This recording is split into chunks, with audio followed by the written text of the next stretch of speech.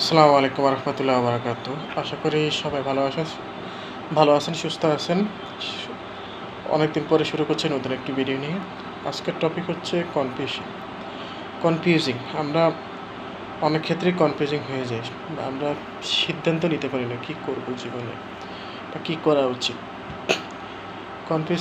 Confusing থাকা খুব বাজে একটা বিষয়। আপনার বয়স 25 থেকে 27 বছর হওয়ার পর আপনার সিদ্ধান্ত আপনি যদি না নিতে পারেন, তাহলে আপনি খুবই বিপদে পড়তে পারেন। 25 থেকে 27 বছর আপনার লাইফের ডিসিশন মেকিং আপনাকেই নিতে হবে।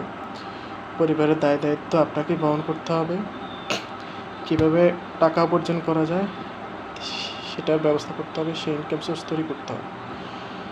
কিন্তু মজার বিষয় হলো 18তে যৌবনে পা দিলেও অনেকেই বৃদ্ধের পথে যাওয়ার পরও তাদের মধ্যে ম্যাচুরিটিটা আসে না।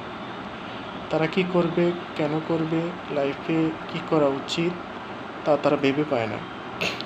আর লোকে কী বলবে এটা নিয়ে ভাবতেই তাদের অর্ধেক জীবন শেষ হয়ে যায়। জীবনটা যে একটাই, দ্বিতীয়বার এই জীবন পাওয়া যাবে না, সেই বিষয়ে তাদের কোনো ভ্রুক্ষেপ নেই।